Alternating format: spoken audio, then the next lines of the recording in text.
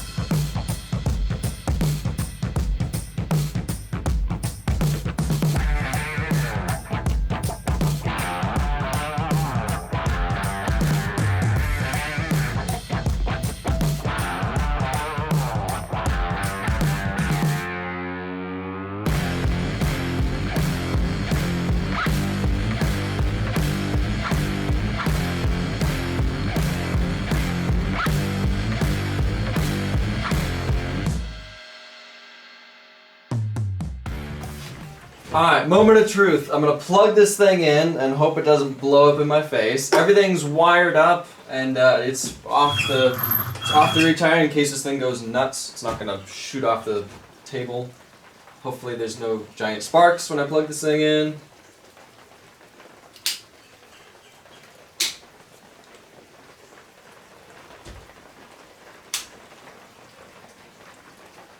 So far so good.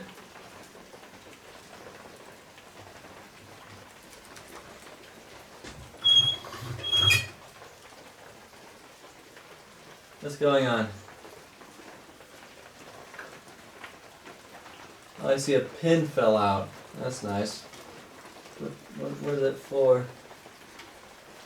A pin fell out. That's awesome. Alright. Let's try that again. Hopefully.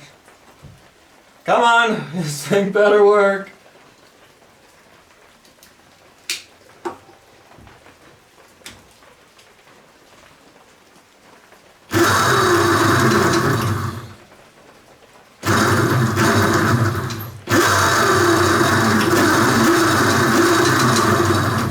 So it is moving backwards, which I kind of knew it was going to do that because there is these wires right here.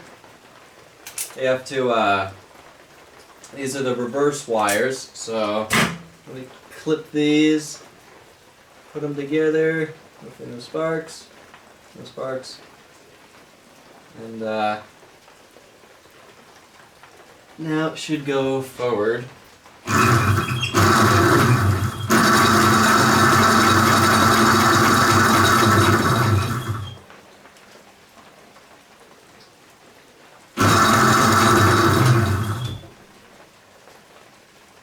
So I just realized that these motors and these controllers, when you put them in reverse, it only sends, I believe, like half or a quarter power to the motor. It doesn't send full power to the motor when it's in reverse. Now I have to put it in reverse because the way that this is set up, the motor is designed to be flipped this way and have a sprocket on this side, but this mini bike has a sprocket on this side. That's why I put it on here. So you can definitely hear a difference. That's full throttle in reverse. I'm going to put it back in forward.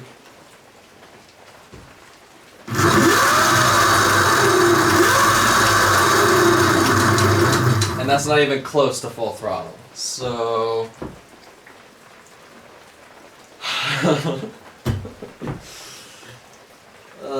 at least it works, and that's in second. Let's put it in third.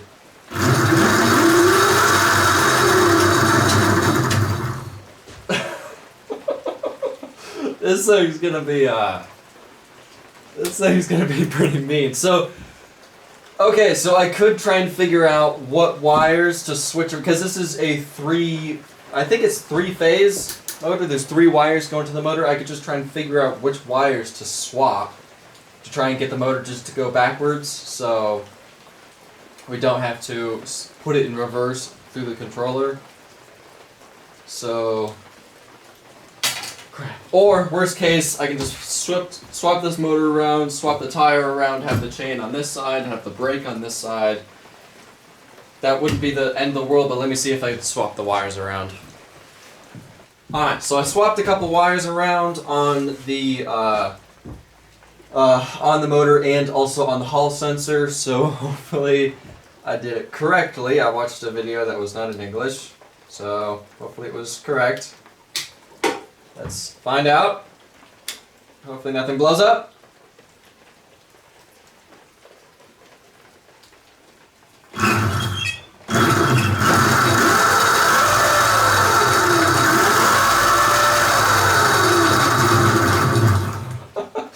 Yeah, alright. Now, we just gotta stuff this battery into this compartment. Now, my original plan was this battery, the box that this battery came in, came with a bunch of this cushioning styrofoam stuff, and I was originally planning on putting a bunch of stuff this stuff in here to pad the battery, so therefore it's not rattling around and damaging anything. But then I realized last night, does this thing need ventilation? I am enclosing this whole container and it's not going to be I realized, does this battery need ventilation? Because I know some batteries do get really hot when you charge them up and use them really hard. So what I did was I took this battery box back off and I cut out some tabs and I just bent them out a little bit. So therefore there is some ventilation. There's two ventilation things on this side and one on this side. And I'll probably put maybe put another one on the door.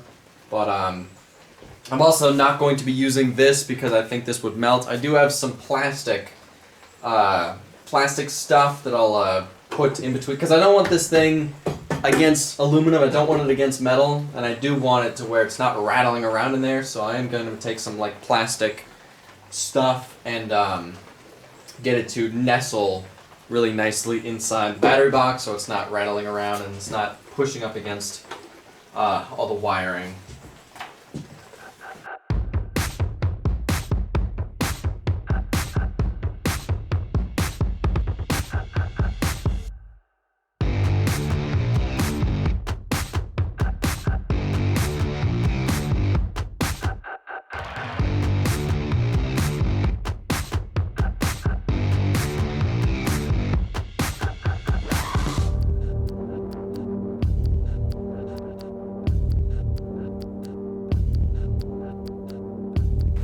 Alright, so I put a piece of this plastic stuff on the very bottom to lift it up a little bit, push it against the top so it doesn't, rattle around this way.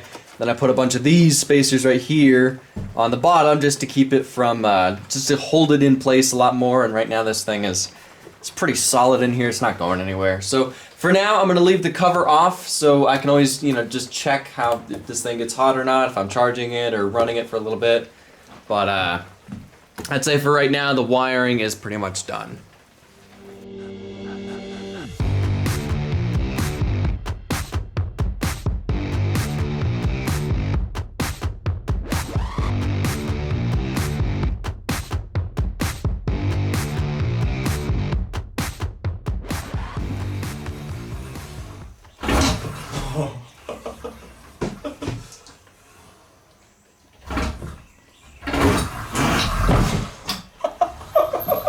Oh my lord!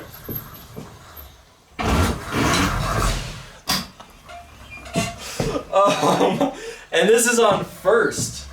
This is on low, basically.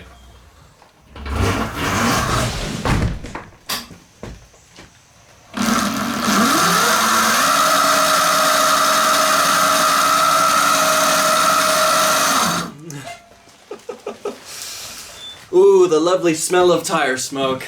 Gotta love that. So I do have to wait for proper weather to try this thing out. It is raining right now. So I guess I'll wait till tomorrow to test drive this thing. Alright, so it's been about a week since I last worked on this thing. I've been busy with collaborating with Redbeard, doing a fan meetup at Windrock. That was a ton of fun, but now we need to get back to working on this. Now, I have been driving this thing within the week of finishing it, and this thing is a ton of fun. Everything seems to be working perfectly. The gearing is perfect. Everything works fine. So now what we need to do is paint and finish this project. Now I haven't decided on the color yet, but what I'll do is I'll do a post on Instagram asking you guys what color should I paint this thing. I'm kind of leaning towards Metal Flake Red because the seat is Metal Flake Red, and I kind of think that this would match pretty good. So first things first, let's take this thing apart, clean it, get the frame ready for painting, and then hopefully by then I'll have decided on a color.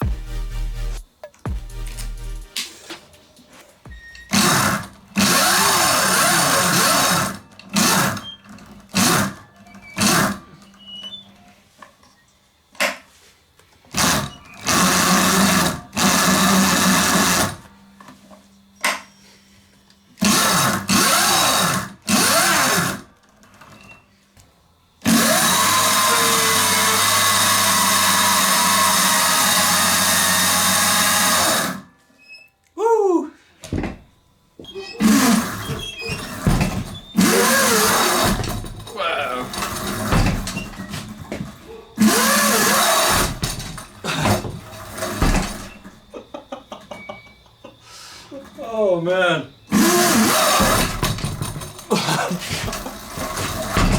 Oh my lord. This thing's got some power to her. Alright, let's take this little thing for a speed test. Let's see how fast we can get it with the gearing that it has. I haven't put the cover on it yet, but it doesn't really need a cover. That battery stays in there fine. I am going to be running a speedometer app just to see how fast we can go. But I'm not really expecting this thing to go ridiculously fast. Alright, let's see what this baby can do.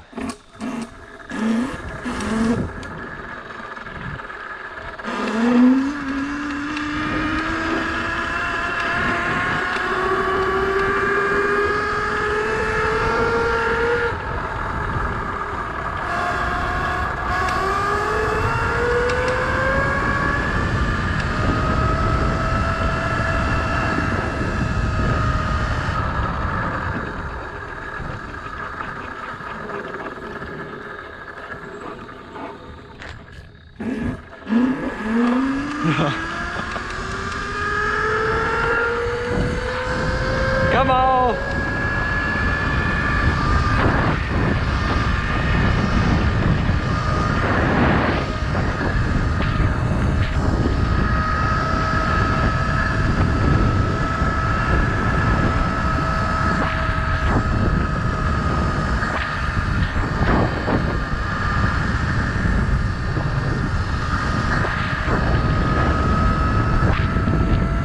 This is full throttle, by the way.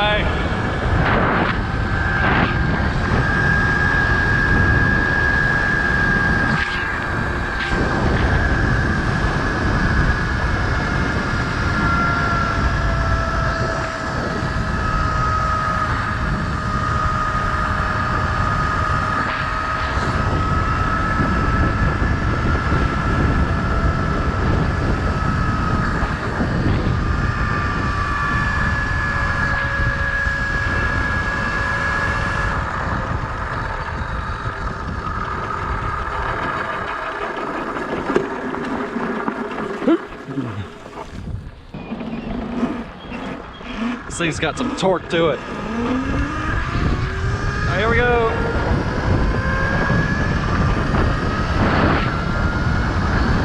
Going downhill.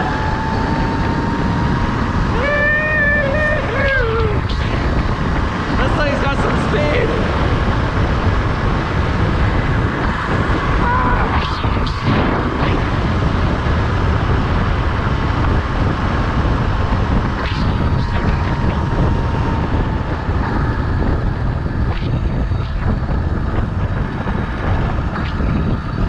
Off the throttle.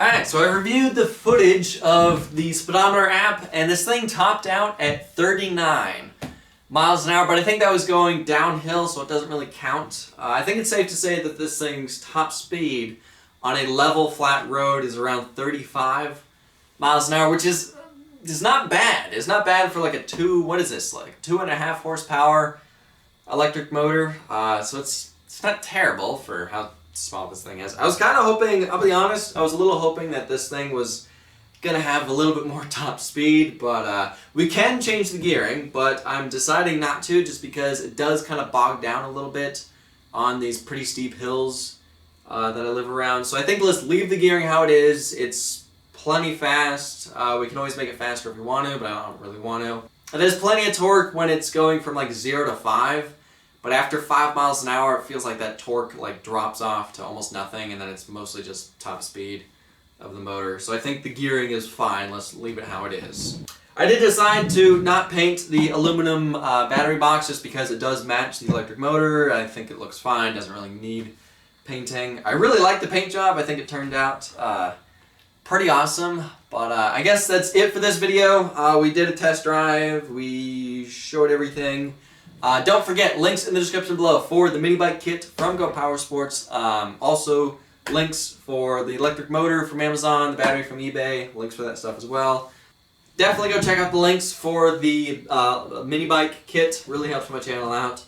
But for now, I gotta end this video here. Thank y'all for watching. I'll see ya in the next video.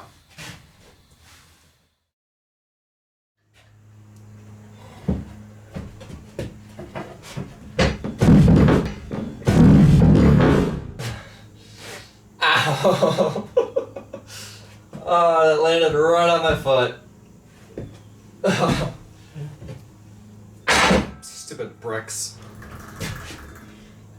Now I will say this electric motor, as great as electric stuff is, to be able to afford, you know, I mean let's break it down. Let's break it down. This motor and this battery was $750.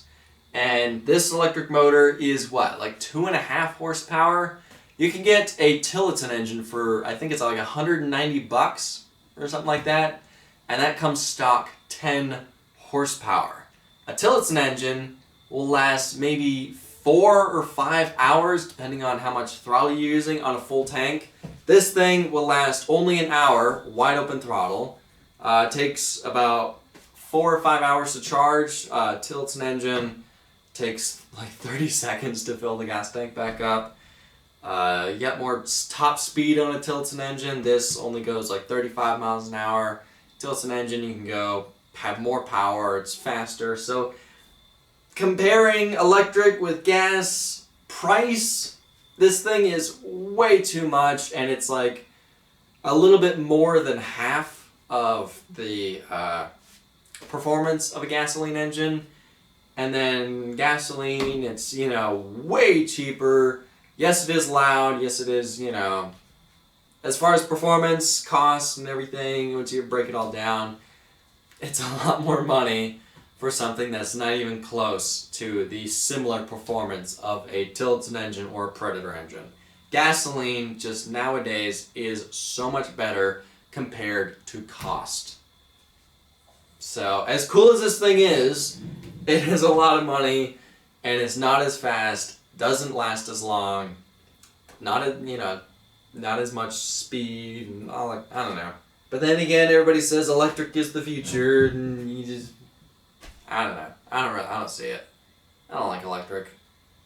For me, I like to stick with 2 strokes from 4 strokes. You know, you throw a YZ85 on this thing, this will become a death trap. Right now, this is kind of just like a little fun thing to putt around. So, just something to think about.